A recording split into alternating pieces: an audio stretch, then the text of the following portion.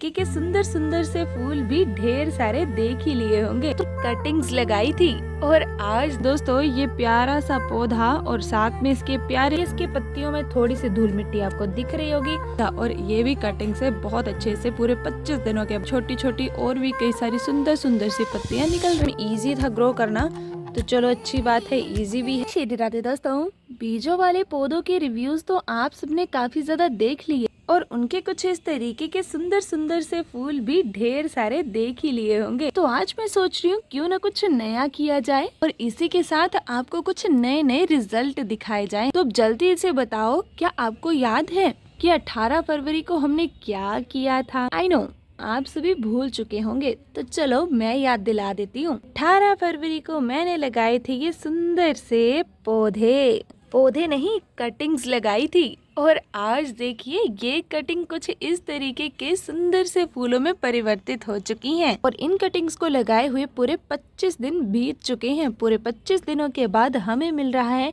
हमारे कटिंग वाले पौधों का कुछ ऐसा रिजल्ट। तो ये इतना बढ़िया रिजल्ट हमें कैसे मिला और मेरी कटिंग्स भी कैसे ग्रो होगी, चलो जानते हैं। तो सबसे पहले देख लीजिए दोस्तों, ये प्यारा सा पौधा और साथ में इसके प्यारे से फूल जो कि कटिंग से पहले एक भी नहीं निकला था। मतलब इनके फ्लावरिंग पॉइंट्स कुछ ऐसे थे तब मैंने इनको लगाया था, और धीरे धीरे करके वो फ्लावरिंग पॉइंट्स कुछ ऐसे बन के अब फूलों का रूप ले रहे हैं। और इस पौधे का नाम तो आप सभी भलीभांति जानते ही होंगे, ये है हमारा प्यारा सा डायंथस, जो कि सर्दियों में बेशुमार फ्लावरिंग करता है। बट ये मेरे यहाँ पर सर्दी गर्मी एक जैसा रिजल्ट देता है। जैसे मेरे मायके में था इसका हाल, मुझे लग रहा है ससुराल में भी इसका हाल कुछ ऐसे ही होने वाला है, क्योंकि अब हमारे यहाँ पर गर्मियाँ शुरू हो चुकी हैं और ये भी यहाँ पर फ्लावरिंग करने लग पड़ा है। और ये छोटी सी कटिंग्स हमें कुछ इस तरीके की बम्पर फ्लावरिंग दे रही है। मतलब जो मैंने सोइल मिक्सचर बनाया था इनके लिए वो भी बहुत बढ़िया था, और उसी वजह से ये सब के सब कुछ इस तरीके से सुंदर रूप लेकर खिल रहे हैं। केयर कैसे की थी 1 बाय 1 करके बताती हूँ, बट पहले आप रिजल्ट देख लीजिए। दूसरे नंबर पर हमने लगाया था कोलियस के पत्तियों में थोड़ी सी धूल मिट्टी आपको दिख रही होगी, बट ये भी बहुत अच्छे से ग्रो हो रहा है। देख सकते हैं हर एक पॉइंट पे कुछ पत्तियां आने लग पड़ी हैं इस तरीके से, और कहीं पर तो कुछ इस तरीके का झुंड सा तैयार हो चुका है पत्तियों का। कुछ डियर सब्सक्राइबर्स सोच रहे होंगे कि इसके तरीके के फूल क्यों नहीं खिले। तो भाई इसके फूल नहीं खिलते हैं, ये एक सिर्फ डेकोरेशन प्लांट है जो कि बहुत ही बेहतरीन लगता है गार्डन की शोभा को बढ़ाने के लिए। जैसे कि बाकी पौधों की पत्तियां होती हैं हरी भरी, और इसकी कुछ इस तरीके की। और जब ये पत्तियां मिलकर आपके गार्डन में कार्य करेंगी, सच्ची एकदम रंग बिरंगा लुक क्रिएट हो जाएगा। बिकॉज इस तरीके के फ्लावर्स तो मेरे पास बहुत कम क्या है ही नहीं, इसीलिए ये मेरे गार्डन को रंग बिरंगा बनाने में काफी ज्यादा योगदान देगा। और ये भी कटिंग से बहुत अच्छे से पूरे 25 दिनों के बाद ग्रो हो चुका है और बढ़िया ग्रोथ भी कर रहा है। तीसरे नंबर पर हम बात करेंगे क्लांचोई। ये भी क्लांचोई की एक वैरायटी है जो कि कुछ इस तरीके की होती है, और ये भी कटिंग से ही लगाया था मैंने। और अभी देखिए ये भी एकदम हेल्दी तरीके से 25 दिनों के बाद एकदम बढ़िया तरीके से ग्रो हो रहा है। इसकी सारी की सारी पत्तियां हरी भरी हैं, कहीं पर भी हमें कुछ ऐसे सिम्टम्स देखने को नहीं मिल रहे हैं कि जहां से हमें ये पता लगे कि इसकी ग्रोथ नहीं हो रही, बल्कि इसकी नई नई छोटी छोटी और भी कई सारी सुंदर सुंदर सी पत्तियां निकल रही हैं। तो ये कटिंग भी हमारे बढ़िया तरीके से चल रही है। बट आपको इसकी एक बात बताना चाहूंगी कि ये एक विंटर फ्लावर प्लांट है, मतलब इसके फ्लावर्स खिलते हैं बट सिर्फ विंटर्स में। जैसे भी समझ है तो ये अभी सिर्फ और सिर्फ अपने रंग बिखेरेगा, और वो रंग होगा इसका हरा रंग। मतलब गर्मियों में इसका फूल नहीं खिलेगा, सिर्फ सर्दियों में ही खिलेगा, और जब खिलेगा तो इतना प्यारा खिलेगा कि जैसे इनसे नजर नहीं हटती वैसे ही इससे भी नजर नहीं हटेगी। उसके बाद भाई दोस्तों आता है हमारा टर्टल वाइन। कछुए की चाल की तरह चलने वाला ये पौधा सच में लाजवाब है, और ये भी कटिंग के माध्यम से लग चुका है। ये ग्रीनिश वाली पत्तियां देख के आप सभी समझ सकते हैं। और ये तो एकदम ईजी था ग्रो करना, तो चलो अच्छी बात है, इजी भी है और इजीली हो भी गया है, तो इससे ज्यादा हमारे लिए बढ़िया बात क्या ही हो सकती है। मैंने कहा था कि आप सबको क्लांचोई की वैरायटी है, ये दूसरी वैरायटी से भी मिल लो, ये भी क्लांचोई की ही वैरायटी है। और देखिए इसके फ्लावर्स तो भाई खिलने भी लग पड़े हैं, मतलब ये कमाल का निकला है। जब मैं इसे लाई थी, मतलब कटिंग से लगाई थी, तब सिर्फ इसका फ्लावरिंग पॉइंट बंद था। अब पूरे 25 दिनों के बाद ये धीरे धीरे करके ओपन हो रहे हैं। जब ये सारे के सारे ओपन हो जाएंगे तो झुंड में इसके कुछ इस तरीके के फूल खिल जाएंगे, जो कि देखने में क्यूट, प्यारे, शानदार लगेंगे। इसके बाद हम बात करेंगे अपने क्यूट से पर्सलेन की, जिसकी बहार आती है तो रुकने का नाम ही नहीं लेती और कटिंग से बहुत इजीली ग्रो हो जाता है। ये पत्तियां सिम्टम्स दे रही हैं ग्रीनिश वाली कि हमारी जड़ें अभी ग्रो हो चुकी हैं और हमें छोटे से बड़े में ट्रांसफर कर दिया जाए। बट अभी मैं इनको थोड़ा समय दूंगी और ज़्यादा पलने के लिए इसी कंटेनर में। अब इसके बाद हम बात करेंगे जेड प्लांट की। तो ये सिम्टम दे रहा है कि मैं ग्रो थोड़ा धीरे धीरे हो रहा हूँ।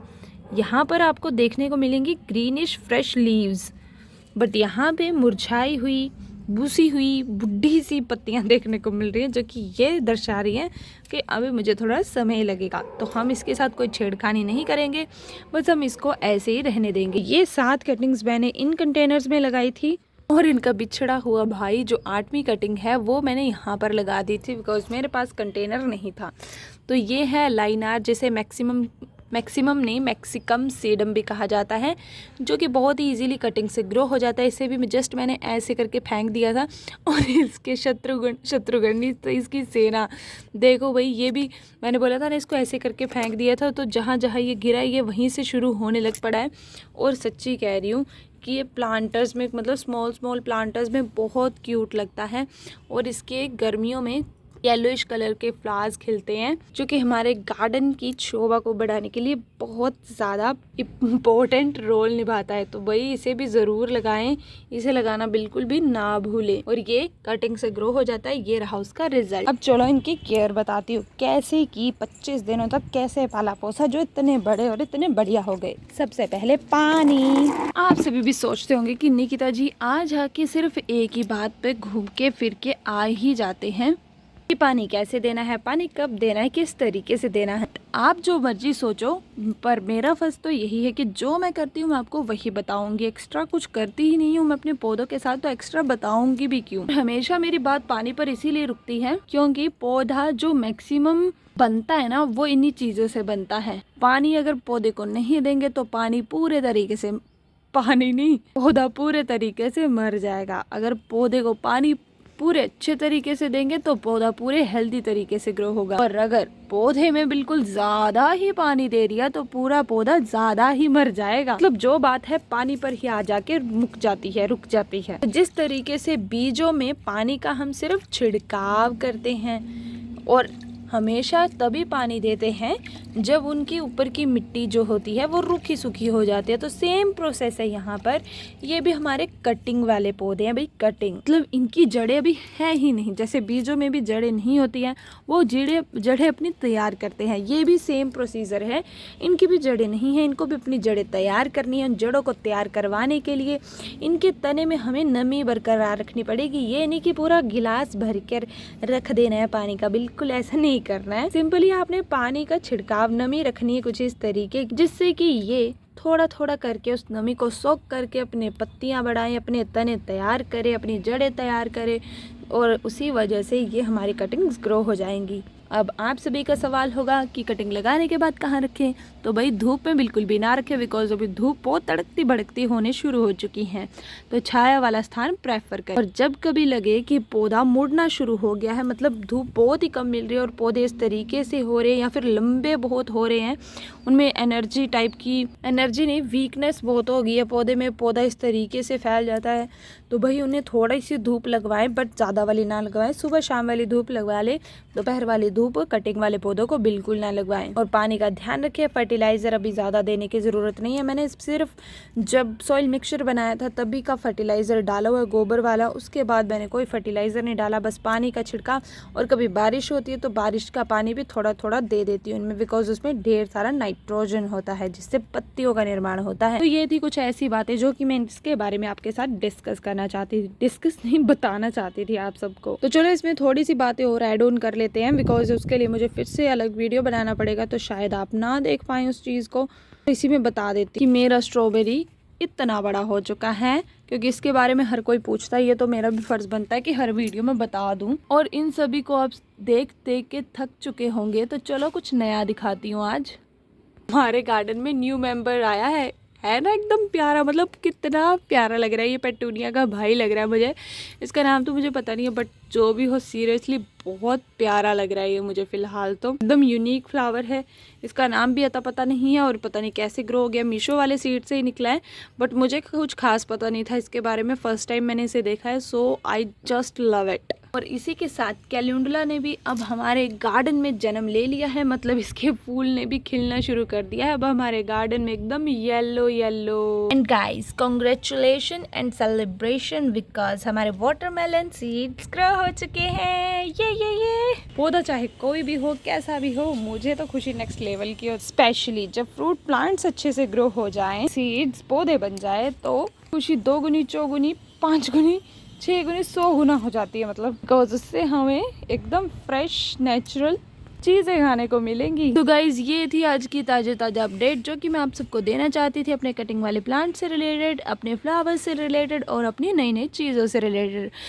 तो आज आपको ये वीडियो कैसा लगा कमेंट करके ज़रूर बताएं। तो इसी के साथ मिलेंगे आप सबको फिर नेक्स्ट वीडियो में। तब तक जय श्री राधे, जय श्री राम।